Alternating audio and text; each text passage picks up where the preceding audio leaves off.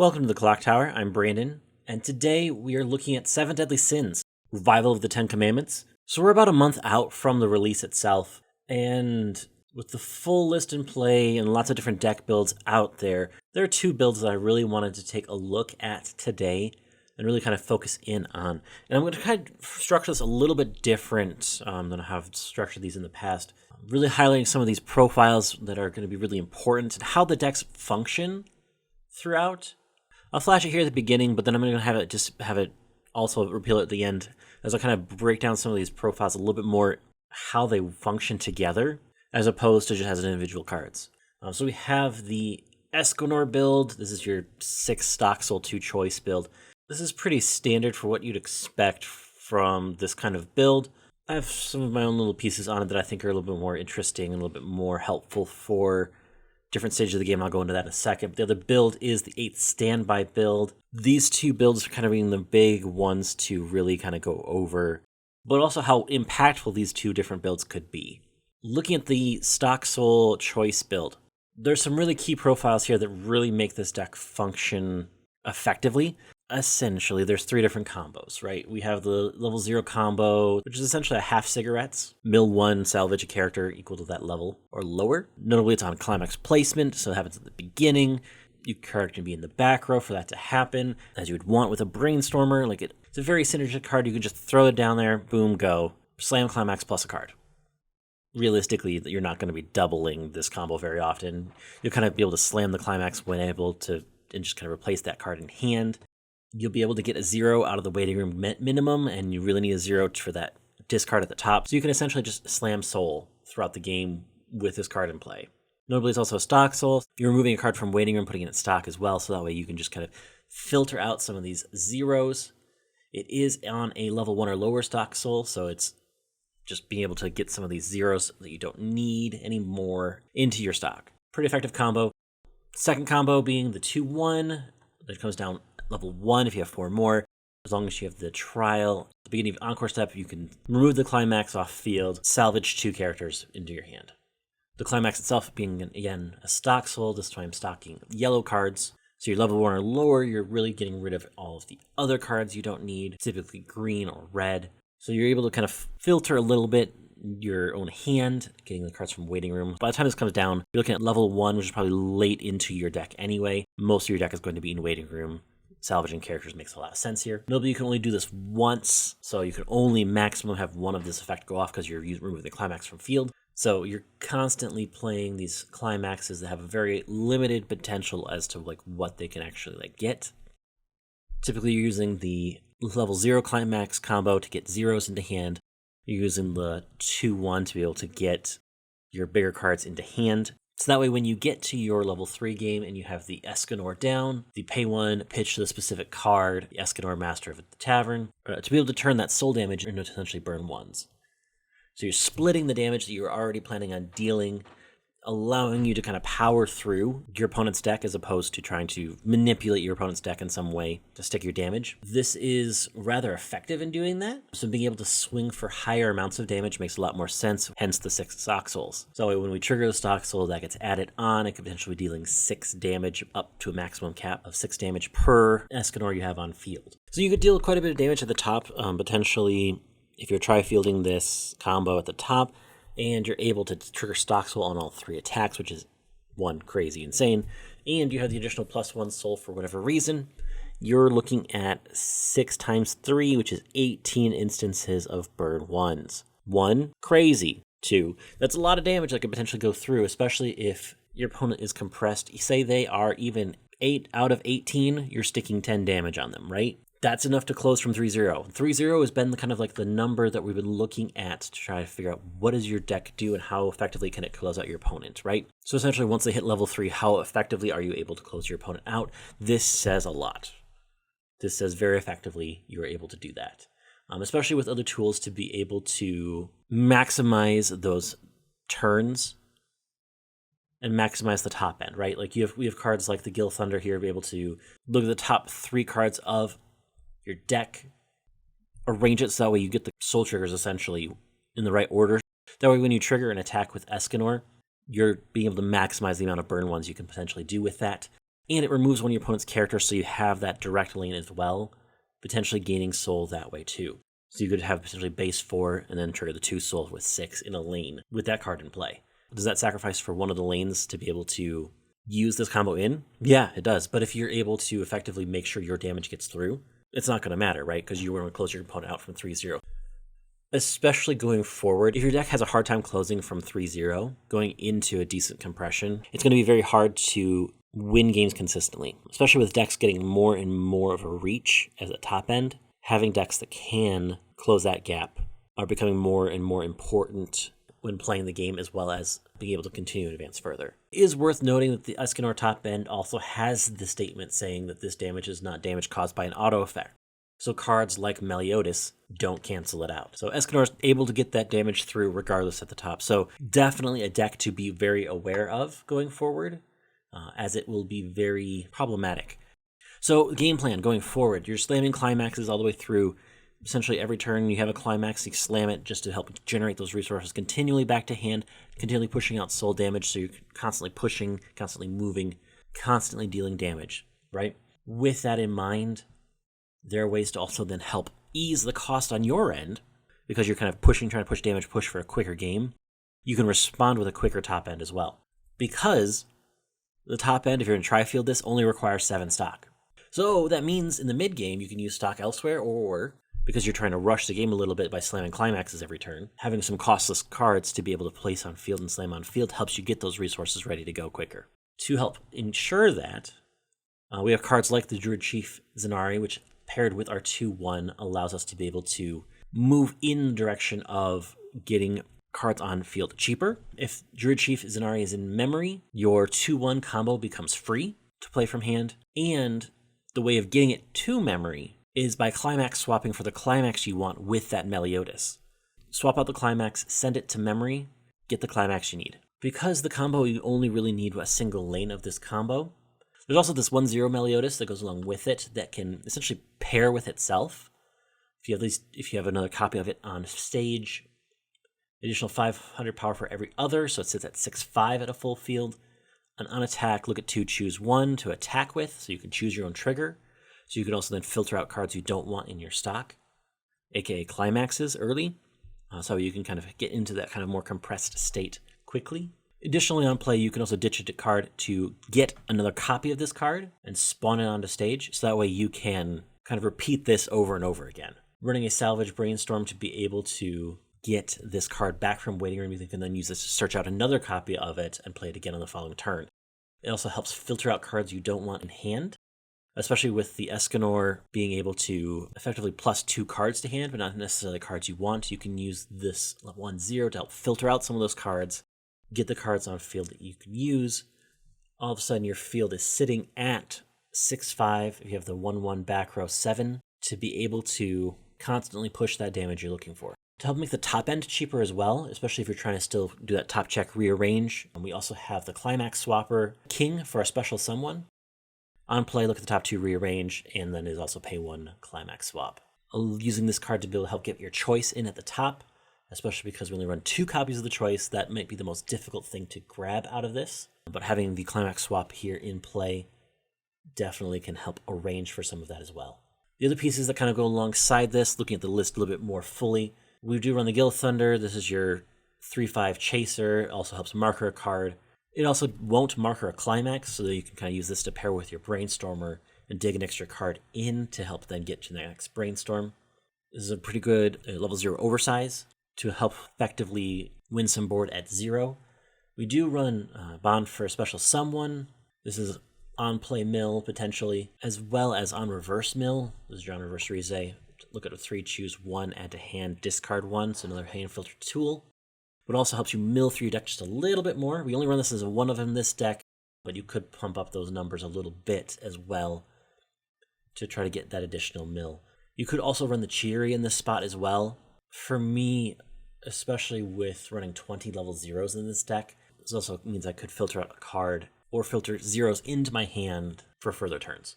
We then also run Elaine guarding the Spring. Fantastic profile. This is a profile to potentially filter out 2 cards in hand This is a very effective tool for also getting climaxes to hand as well if you do not have one.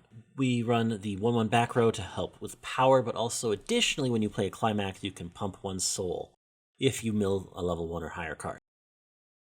20 level zeros makes it a little more rough, so essentially running 28 cards at 0. It's a little over half, so this is more likely to fail than it isn't. However, especially with Stocksoul, being able to stock both yellow and level zeros, you can help clear out some of your level 0 game early. Get those into stock, so that way when you get to more late game, this is more likely to hit. That would be a great time to be able to really get this card's effect off anyway, especially as you're looking to really add that soul to the Escanor top end, right? So it's an ability that won't play as much of a factor early, except for maybe potentially a little bit more mill, but can actually make a pretty significant difference towards the end game. So this is kind of a card where you put in your back row early and you just kind of keep it there. It also additionally has the ability to be able to discard a Merlin character and rest this card. That way you can choose an Escanor or Arthur in name and add it to your hand. So essentially you're getting Escanors with this card. Notably, you could also turn the counter into an Escanor. So for example, you don't need to use the counter, you can effectively turn that into your top end. We also run the 1/1 counter. This allows us to essentially leaf a counter, look at the top card of his character, add it to hand, discard. Really big thing with this counter is also as a soul trigger as well, so we have a little more soul triggers in the deck, especially as we're looking at counters. This is also a 2K counter, so our 6/5 levels 1s that are 1/0s could potentially also live cross turn that way too. Although ideally you're probably going to play it on the 2/1. Because the 2/1 being a 7K base, if you have the 1/1 in field 8K, this will push you up to 10, which helps it to survive a little bit more. Although there are still decks that can beat over that quite easily at 1. This 1/1 is definitely for situations that you can use that for, but effectively it's best going to be used as an additional trigger option for your Escanor top end. Level 2, our level 2 card is this Arthur. If you have another character with Merlin in its name, which Merlin being our 1/1 back row, it gets 8,500 power and Encore. It notably is a 2-soul base, which is one of the more important parts of it, this card. So you're able to start pushing damage a little bit more, so you get net 2 with that additional 2-soul base. That power pushes it up to 10 base if you're running the 1/1 back row. So if you are, that would have pushed us up to 11. And you only paid 1 stock to get this down, so you're effectively saving some stock for the end game as well. Stock light, stock good. Also soul trigger, so if you trigger choice, or if you want to have this in your deck still, you're able to kind of help trigger more. So soul trigger, good. 2 soul base, good. Pay 1, good. And could potentially sit at 11. Yeah, fantastic. Worth running in the deck. As we hit level 3, we already talked a little bit about the Guild Thunder, about being able to bounce something in hand and pump soul. It also pumps power too, so that way you can step over things too. Not as important, especially if you're trying to close out the game with Escanor on that turn, but being able to pump soul is important. We also then have the Merlin 3/2 early play. This is a 2 or less early play, so 2 or less climaxes in waiting room. On play, you can choose up to one of 3 effects, which is really helpful to be able to put all of these different tech options on a single card. The other 3 options, we can then turn this card into a stock healer. You can bounce a character on play, or you could salvage a character from waiting room. So this really allows you to be able to effectively choose the card you need at the time you want it, or heal, which is important because we don't really run a whole lot of other healers here. Or you can bounce in a character from your opponent's side. For example, like they have an Egg Soul or some other kind of oppressive effect on their own board. You could potentially remove that with this card. So really, overall, this deck is really just trying to spam soul, spam climaxes, spam characters on field to get the stuff you need into hand, to get the right pieces for your end game, so that way when you come to your end game, you can close out your opponent pretty effectively. So you're just trying to push your opponent as much as you can, so that way when you get your opponent in the right range, you can just slam your Escanor top end, and with the arrogant and powerful Escanor, eliminate your competition. The other deck that's worth really talking about specifically is that 8 standby build. That 8 standby build that we've already talked about quite a bit up to this point, runs very similar profiles throughout this deck, but I really want to touch on a couple of unique profiles that really make this deck a deck you really want to pay attention to going forward, but at the same time, a deck that you really should be aware of. This deck has a lot of potential, and I don't think this deck is fully realized at this point yet, especially with this deck as it is.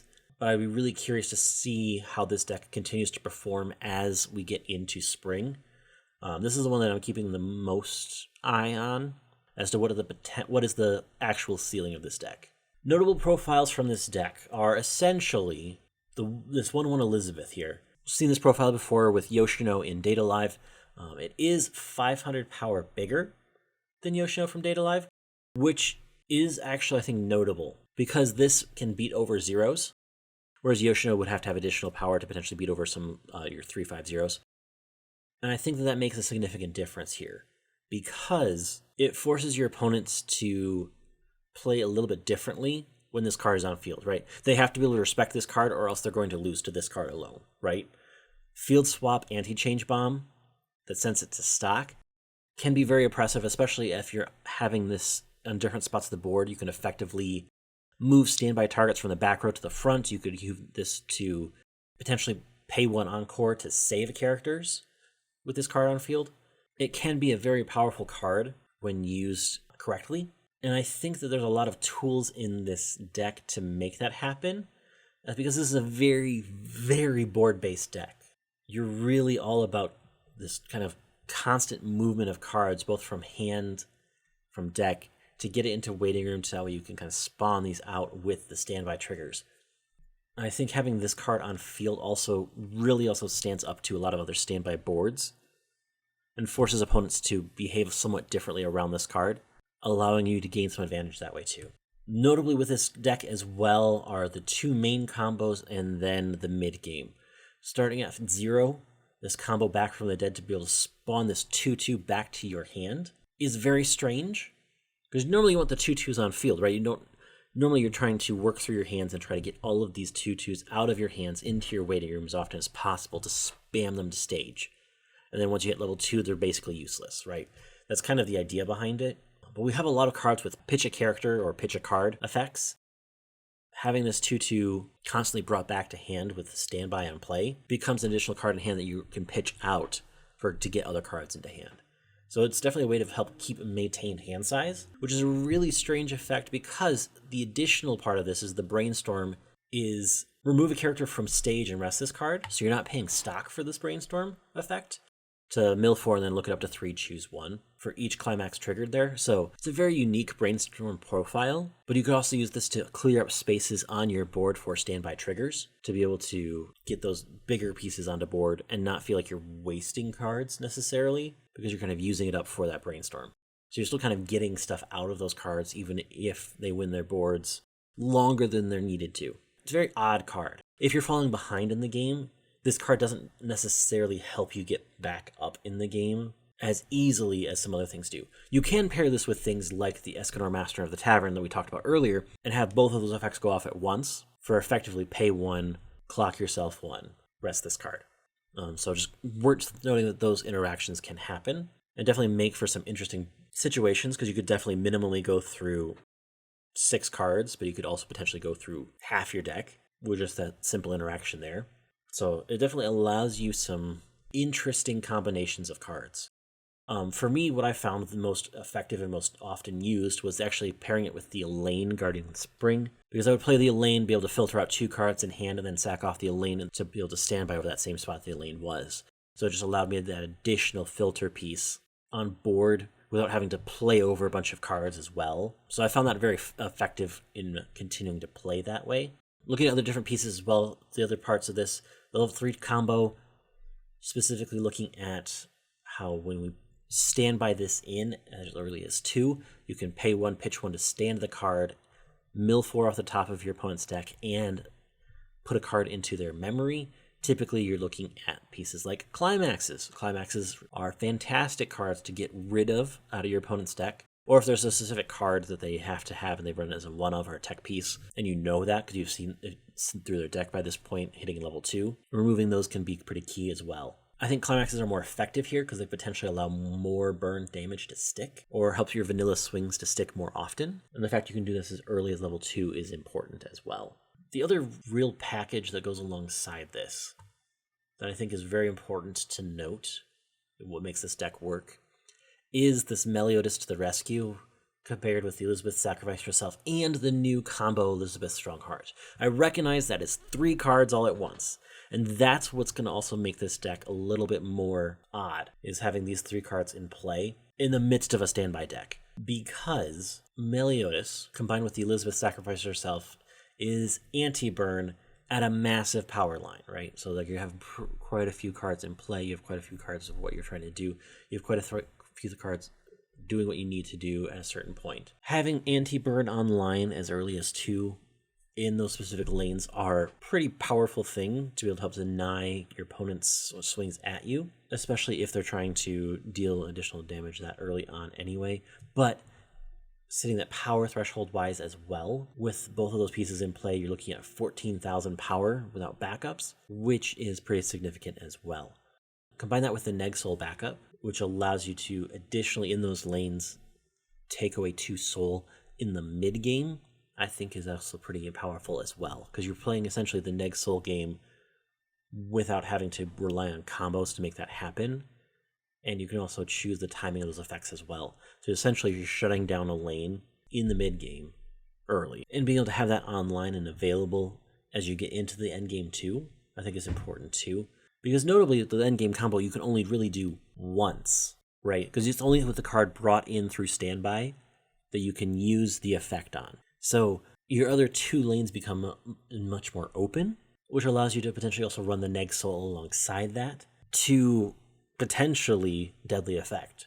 You can prevent a lot of damage coming your way, slowing down your opponent's game to allow you to get that damage that you need to stick in. Right now, I've been trying to pair this with the Meliodas Internal Strife, which is on reverse burn 4 with a pay 2, pitch 2. It also gets power as well, so you're looking at 13-5 without any additional support. 13-5 is typically enough if you're trying to squeeze out a back row there, but at the same time, the difficulty then becomes, what does that lane look like? Which is why I think having the Bon actually small, or small-ish, helps you in a way, actually, because you don't mind losing that card, because you can just stand by out again on the next turn. But then it also leaves open a potential reverse target for this card to get this initial burn 4. So having some of those pieces in play I think is important. We also run the stock swap as well at 3 to try to help like bury as many climaxes and get rid of them as much as possible, so that way more of your vanilla damage can stick through. We also run a lane capable Saint as a pay 2 rest in the back row to potentially heal. So you could potentially be healing as early as level 2 constantly. Notably, if you had 4 extra stock at level 3, you could play her down, heal, pay 2, heal. Notably, you have those options available to you, especially because this runs rather stock light. You could potentially get away with some of that. The biggest thing is going to be making sure you have cards in hand for your end game. Having the level 0 standby to be able to potentially pump cards into your hand, I think is actually going to be really important. So you have more cards to be able to ditch out. Other tech pieces we have the 2-1 that also is the free fresh counter, so if we're in a bad deck state, we can potentially get out of it. We also run 1 copy of the 1-0 Growther original form. This allows us to potentially stock a card from hand, so if we're going to be over in hand size, when we play this card down at 1, we can potentially stock a card there. It helps us get rid of zeros early too if we have extra zeros in hand. It's also a power pump, so we could potentially win lanes at 1 that are a little bit bigger. But notably, it is one of, we don't have as much selection in this deck because we don't really have search or salvage tools. We have a bunch of hand filter tools. So we're constantly moving through cards in our hands, trying to trigger standby as often as possible, just so we can keep the cards that are on field on field. So that's why at level 1, level 2, and level 3, we all have cards that have character card encore. So we could ditch cards from hand if we need to instead to keep those characters on field. So effectively, board is the more important piece in this game plan. Developing and maintaining board is essential here. The Elizabeth helps us with that by helping to rearrange our board to the ideal state that we, as much as we can, to 1, interfere with our opponent, and 2, also protect our own resources as well. It also potentially allows us to move around the Neg Soul, or allow us to move around the anti-burn. It's worth noting that that is also a play with the Yoshino as well. So there's a lot of different things that this deck can do, and a lot of different things that this deck can answer. It has a lot of really powerful tools, I think, that can help in a lot of situations. The question for me is how effectively can it close a game, right? Because at this point, we have a single lane climax combo at level 3, right? That removes a climax, and it's only really helpful for level 2. Because by the time you're at level 3, removing a climax from their waiting room isn't going to be as helpful unless they can get into the refresh during that turn as well.